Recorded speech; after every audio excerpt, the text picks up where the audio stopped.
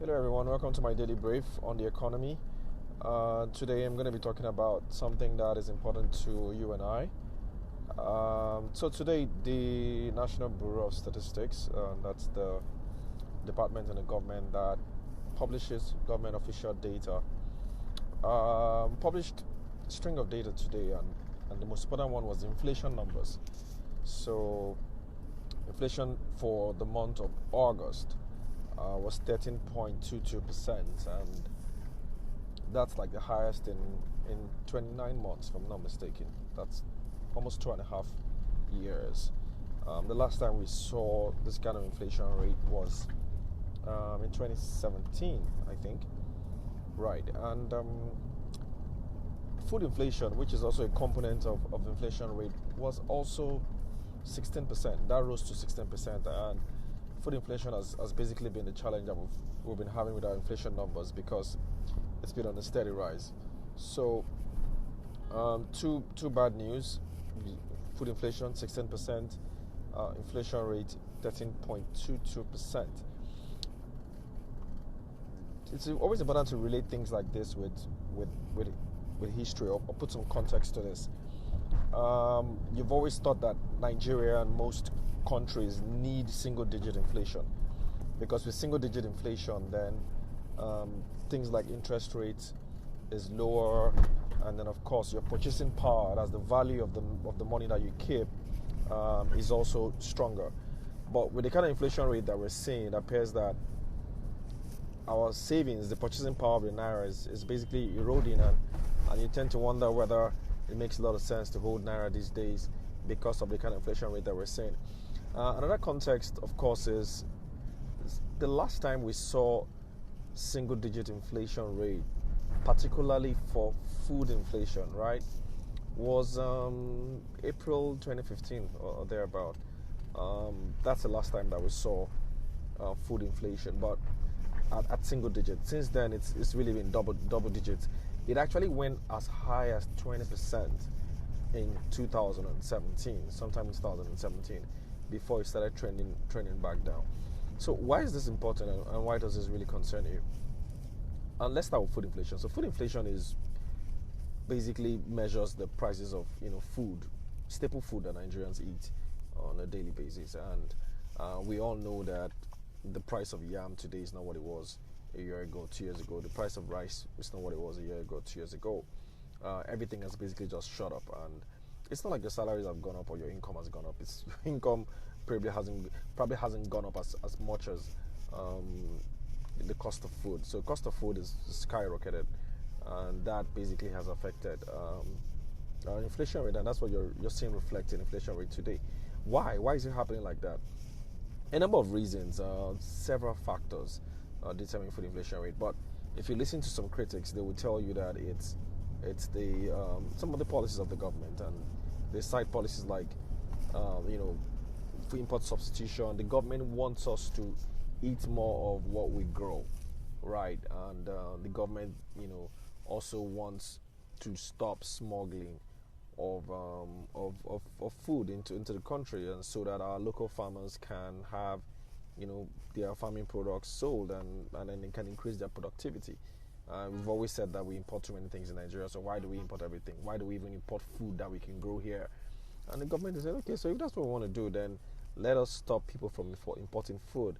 Now, but the repercussion of that is food that you import into Nigeria is actually cheaper, because it's cheaper to make, right? And it's cheaper to import them, right? And but food that you grow here, it's a lot more expensive because the factors of production in Nigeria is pretty high. So the farmer is going to factor in transport costs. There are bad roads. There's also the issue of yield. So the yield per hectare, that is how much harvest the farmer gets out of his planting, is also a factor in food prices, right? And then even transportation. By the time they transport their food from, let's say somebody grows food in Kogi State or something, before it gets to Lagos, probably a quarter of the food is probably bad, or half of it, and then they still gotta price it like they're selling the food thing. So think about it. So if you grow 100 tubers of yam and it costs, let's say, 1 million naira, right? But by the time you bring it to Lagos, 80 is gone, right? But you still want to make it a million naira.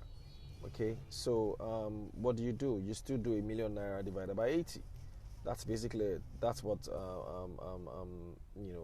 they'll do. A million naira divided by 80. So rather than have it at 1,000 naira, then it's slightly more expensive than that because they have to recover that cost. So that's why you see local food that we grow in Nigeria a lot more expensive than abroad. And of course, abroad, they grow food more efficiently. They're a lot better.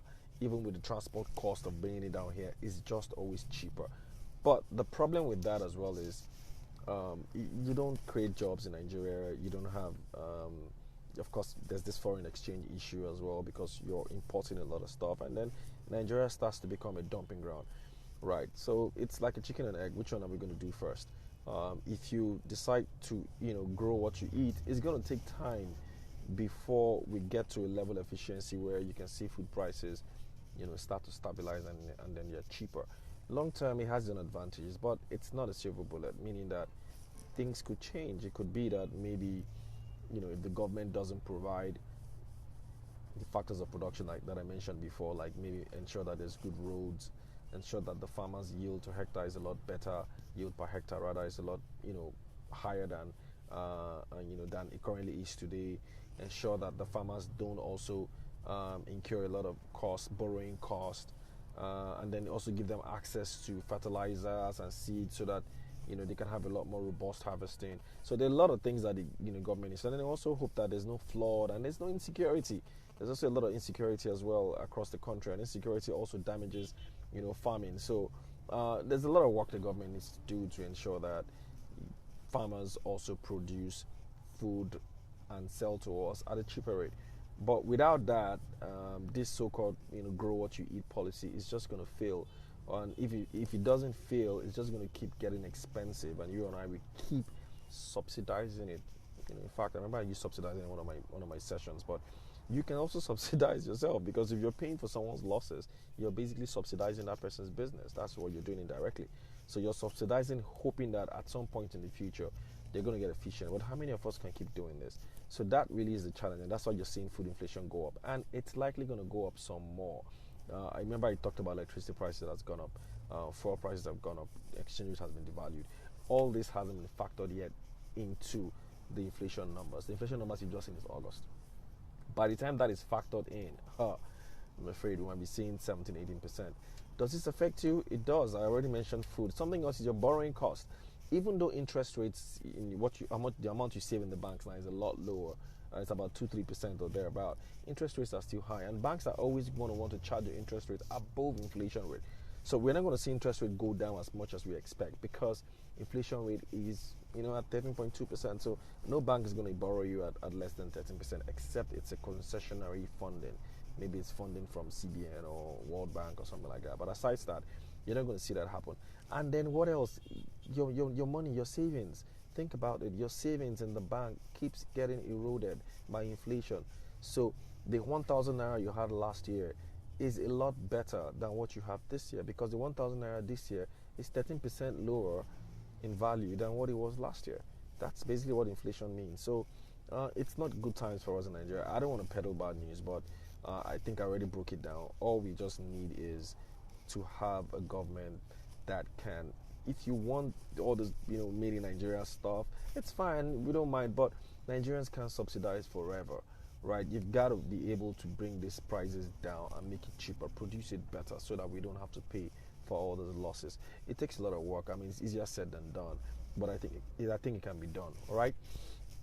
Yeah, so I hope that I've been able to explain this to you in a way that you can understand. Like I said, if you've got questions or comments, drop it and I'll respond as much as I can. Enjoy the rest of your day. Bye.